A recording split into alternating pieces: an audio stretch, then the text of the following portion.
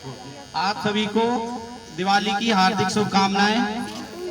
अभी आपको मैम ने बताया दिवाली के बारे में, तो मैं थोड़ा सा तुम्हें एक दूसरे टॉपिक की तरफ ले जाना चाहता हूँ। उसके बारे में मैं तुम्हें बताता हूँ। आपने एक वर्ड सुना होगा जिसे कहते हैं हम LUCK। क्या होता है ये? क्या होता है ये? लक। आप जानते हैं लक क्या होता है? बताइए। देखो, पहले मैं तुम्हें एक स्टोरी बताता हूँ, उसके माध्यम से इसे समझाने की फिर कोशिश करता हूँ। ठीक है? तो एक चिड़ियाघर होता है जिसमें ऊँटनी और एक ऊँटनी का बच्चा होता है। तो वो बच्चा अपनी माँ से पूछता है, यानी कि ऊँटनी से पूछता है कि माँ, जो हमारी पीठ पे कूबड़ होता है वो क्यों होता है? तुमने देखा है ना, ऊँट की पीठ जो होती है उस पे जो ऊंचा सा होता है वो क्या होता है? कूबड़। तो वो क्यों होता है? तो उसकी माँ ने उसे जवाब दिया कि हम रेगिस्तान में चलते हैं और रेगिस्तान में दूर दूर तक पानी नहीं होता, इसीलिए हम उसमें क्या स्टोर कर लेते हैं? पानी। जब हमें जरूरत होती है तो हम अपनी बॉडी को वहां से पानी दे देते हैं। उसके बाद बच्चे ने दूसरा सवाल पूछा अपनी माँ से कि माँ, जो हमारे पैर होते हैं, पैर का जो पंजा होता है वो इतना बड़ा और हमारे पैर इतने लंबे क्यों होते हैं? तुम्हें पता है, हम सभी विश्वास करते हैं अपनी माँ पे, तो जैसे उसे उसकी माँ बताती जाती वो उस चीज को समझता जाता। तो फिर उसकी माँ ने उसे जवाब दिया कि हम रेगिस्तान में चलते हैं और हमें दूर तक सफर करना होता है। अगर हमारे पैर पतले होंगे तो जल्दी से जमीन के अंदर धंस जाएंगे। रेगिस्तान में क्या होता है? रेत। तो इसलिए एक तो पैर हमारे क्या होते हैं? चौड़े होते हैं और लंबे होते हैं। फिर उस बच्चे ने अपनी माँ से तीसरा सवाल पूछा कि माँ, जो हमारे ये होते हैं पल्क होते हैं, इनके जो बाहर हैं वो इतने लंबे क्यों होते हैं? तो उसकी माँ ने जवाब दिया कि रेगिस्तान में क्या होता है, हवाएं जब चलती है तो धूप मिट्टी जब क्या होती है, ज्यादा उड़ती है। तो जब ज्यादा उड़ती है तो वो हमारी आंखों को प्रोटेक्ट करने के लिए हमें ये मिले। तब जो चौथा सवाल उसने अपनी माँ से पूछा तो उसका जवाब भी उसके पास नहीं था। वो सवाल ये था, अगर माँ हमें पैर मिलते हैं चौड़े, हमें पल्क मिलते हैं सुरक्षा के लिए डस्ट से, और हमारी पेट जो कमर होती है उस पर कुबड़ भी होता है, तो फिर हम इस चिड़ियाघर में क्या कर रहे हैं? जब हमें ये सभी सुविधाएं हमारे पास अवेलेबल हैं तो फिर हम इस चिड़ियाघर में क्या कर रहे हैं? इसका मतलब क्या होता है, आपको तीन चीजों की जरूरत होती है अपने लक के लिए। एक तो वो सही समय, सही जगह और सही लोग। आपको तीन चीजों को मैं समझता हूँ ये हमारे जीवन में है तो हम लकी हैं। पहली चीज सही जगह, सही लोग और सही समय, क्योंकि हमें सभी चीजें सही समय पे मिलती हैं, सही लोगों के द्वारा मिलती हैं और सही जगह पे मिलती हैं, तो हम क्या हैं? लकी।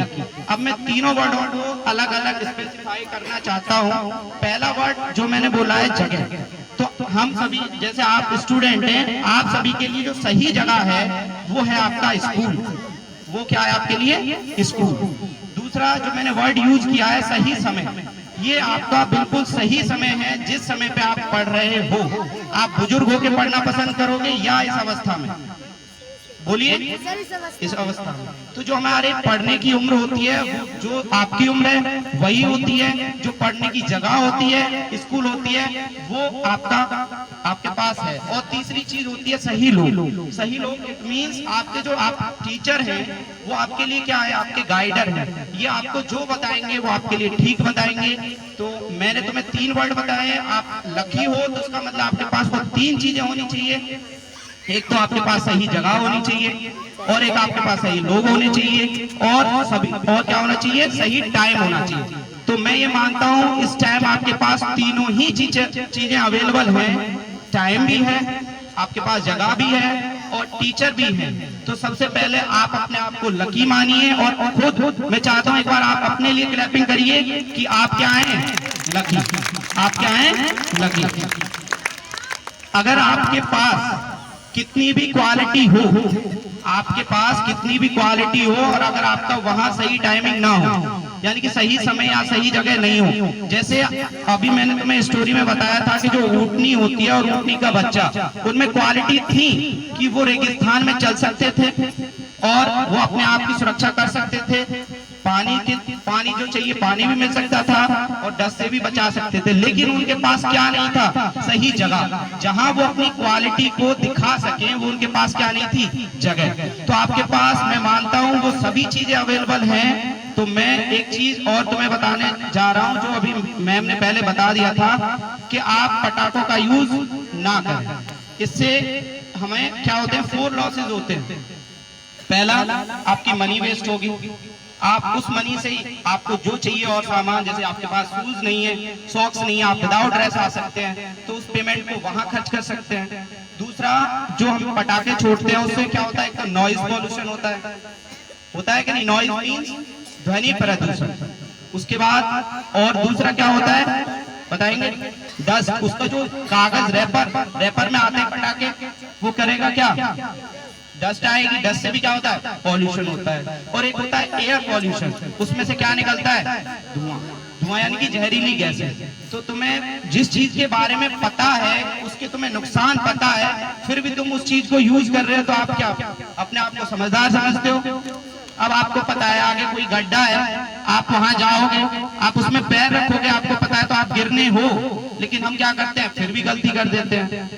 तो आप मेरी बातों को ध्यान से सुने कि आपको पटाखे यूज नहीं करने हैं। उनका जो पेमेंट तुम्हें घर वाले देते हैं, उन्हें आपको सही जगह पे यूज करना है। मतलब आपको नोटबुक चाहिए, बुक चाहिए, जो तुम्हें चाहिए, जो तुम्हारी जरूरत का सामान है, आप बिना पटाखों के रह सकते हैं। बिना नोटबुक के, बिना ड्रेस के, बिना क्या पेन पेंसिल, जो तुम्हें चाहिए सामान, जो तुम्हारी शिक्षा में तुम्हारी मदद करता है, उसके बिना आप नहीं रह सकते। तो बस मैं आपसे यही कहूंगा कि पटाखों का यूज ना करें। Thank you.